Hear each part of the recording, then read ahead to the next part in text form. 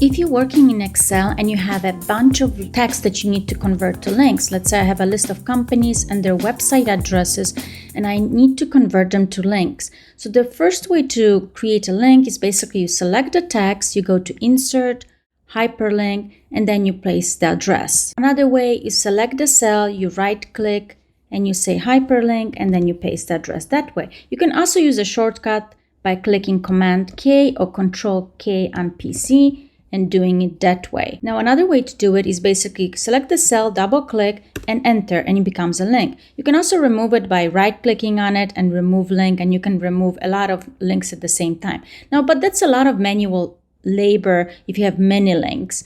And so another way to do it is basically using a formula. Use the hyperlink formula, link to your cell, press enter. And now, is it working? If I click on this, it says it doesn't work.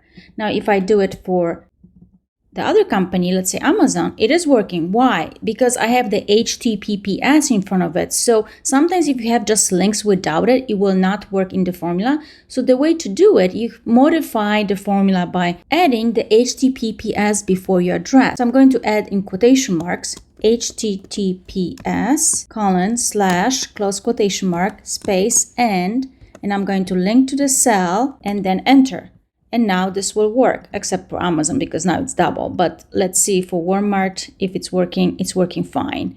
So that works fine if you want the link to be identical to the text. However, maybe you want the link to the website, but you actually want the company name. You can modify this further by just going back to your formula and now add comma. And now you have an option for friendly name. And this is where you can put in the name by just typing it, or I can just link to the name of the company, such as this. And now I can copy this over. And now this will be linking to the company website, but I see the name of the company. So it works fine. So hopefully this helped you how to add batch links to your text without VBA.